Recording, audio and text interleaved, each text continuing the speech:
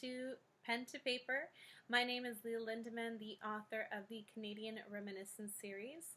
And before we dive into today's episode, I wanted to let you know that in order to get the full value and enriching experience that I'm hoping I'm offering you guys, I would highly suggest subscribing or following the blog that's on my website, which is in the description below, because it's an accompaniment to every video that I'm putting out during the week. So last week, for example, I put out a video about my 2021 writer goals, hoping to give you a well-rounded resolution or goals for writers this year, as an example. But I also wrote a blog post accompanying that on how to keep your New Year's resolutions and goals and to see them through till the end of the year and not to just let them fade away at the end of January. So if you want to get the full value of what I'm offering, go ahead and subscribe to that. And now for today's episode. We are talking about researching for historical fiction. How do you research for historical fiction? Where do you start? What do you research? How important is it for your historical fiction novel? Number one, Wikipedia is a jumpstart. It is not your be-all, end-all of information. I'm saying this because Wikipedia, although thousands of its articles are written by one person, there are many articles that can be written by anybody. So you don't know how much research these people have done into the subject. You don't know where they got their research from, how trustworthy it is. So it is very good to use Wikipedia as just kind of an overall, getting a general sense of what you want to write about and a general sense for maybe for the era that you're writing about, but not for specific details. So Wikipedia, great jumpstart, not the pool you want to be diving into for buried treasure for your novel.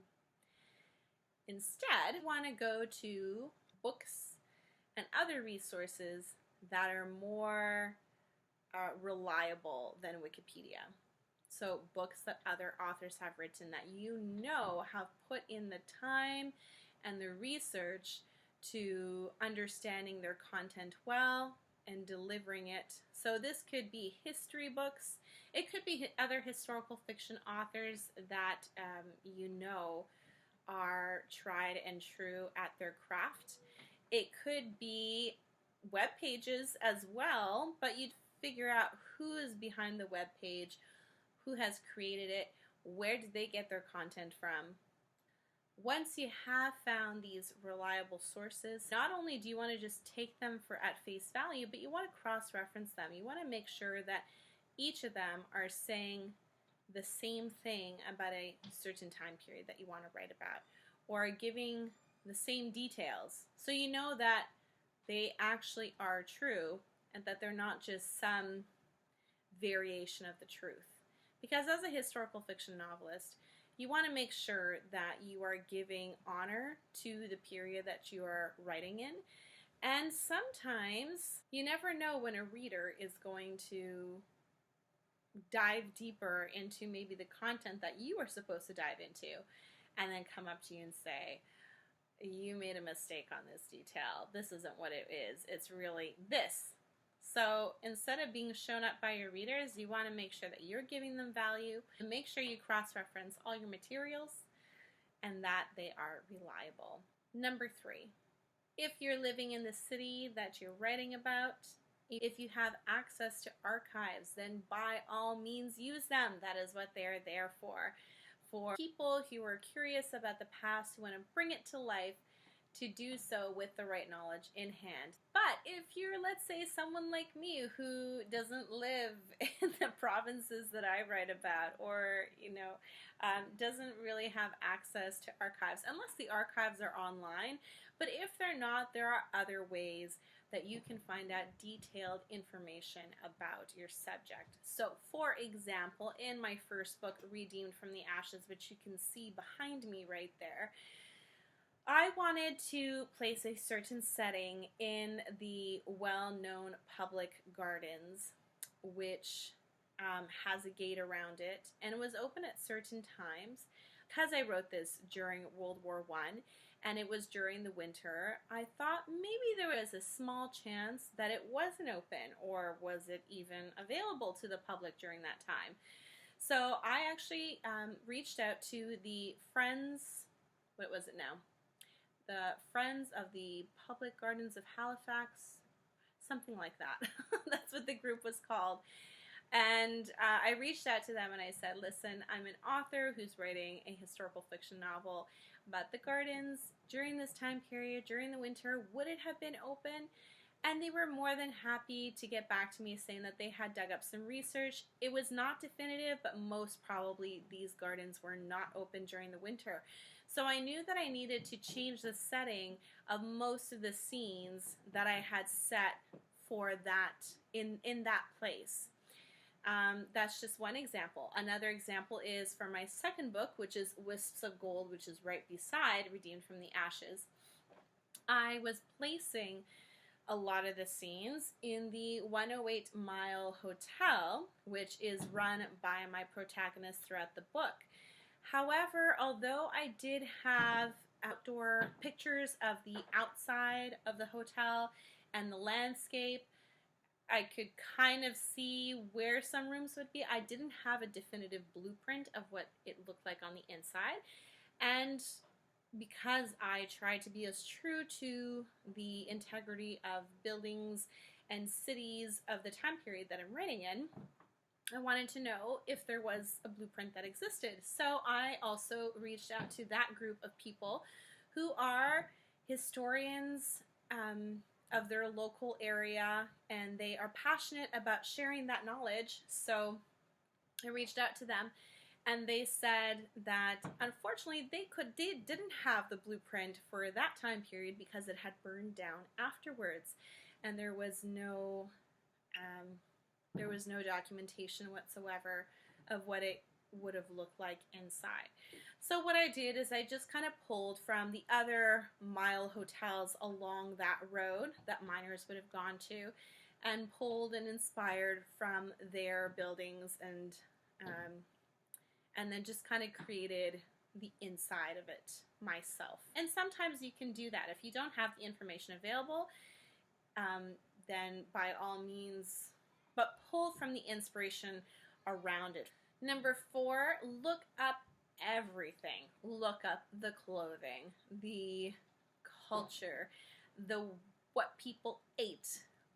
What did they do for fun? How did they speak? Any trite expressions. Look up roads, look up buildings, blueprints for buildings. Find old city maps that you can follow and structure your world around what truly was there in the past. Unlike fantasy and science fiction, where you can just let your imagination run free with some rules that the world is being held by, in historical fiction you can't. It's very realistic, and you want to follow that realism all the way through. Not only will you feel more confident about the time period that you're writing in if you know all these small little details, but so will your audience appreciate all the work and time and detail that you've put into making your story come to life. Because all these small details, although they seem small and maybe insignificant, if you place them in the right spot where they're going to impact your character the most, or your setting the most, or your story the most, that is what's really going to bring your story to life. And your audience, your readers, are going to love that about your work. Make sure that the expressions we use today don't sneak into your writing. That's very easy. It's a very common mistake to make as a historical fiction novelist. So you want to make sure that the way they're speaking is also correct, because dialogue is such, it's a huge important part of your story. Of course, you're going to have dialogue, so make sure that the way your characters are speaking are true to the time. How would the men speak toward the women? What were their, how would each sex treat each other? And their customs and their manners. All these things need to be researched into. Another good place to see these details and how they come to life in a book would be to read the same time period written by other historical fiction authors who hopefully have done their work well, and you can look into their background a little bit to make sure that they have done the proper research, but learn from them. If something jumps out at you and you see, oh, they use a trite expression, well, make sure you don't do that in your writing. Or this piece of clothing wasn't described very well, I can't quite picture it. We'll learn from that and say, okay, how can I do better? Not bogging down the story with details that may not necessarily need to be there, but definitely bringing those details to life in a way that keeps the story moving and engaging and sucking your reader in. Last but not least, you need to know when researching when enough is enough. With this last work that I'm working on right now, which is my novel set during World War II in the Northwest Territories, I had been doing research on a bunch of research on it for 2-3 months, and it just got to a point where I felt I was fully saturated with the knowledge that I needed to begin writing this work, but I was just sitting on it and sitting on it and a little afraid to actually dive into the work and begin it. So if you enjoy research, then this might be a problem for you. If you do enjoy research, then you have to know when to stop. You have to stop at some point and say, okay, I have enough material, I know what to write, let's just jump into the story and go for it. Now, there may be times when you come across maybe a detail when you're writing that, like, oh, I actually don't know about this, so what do you do? Especially when you're writing a first draft.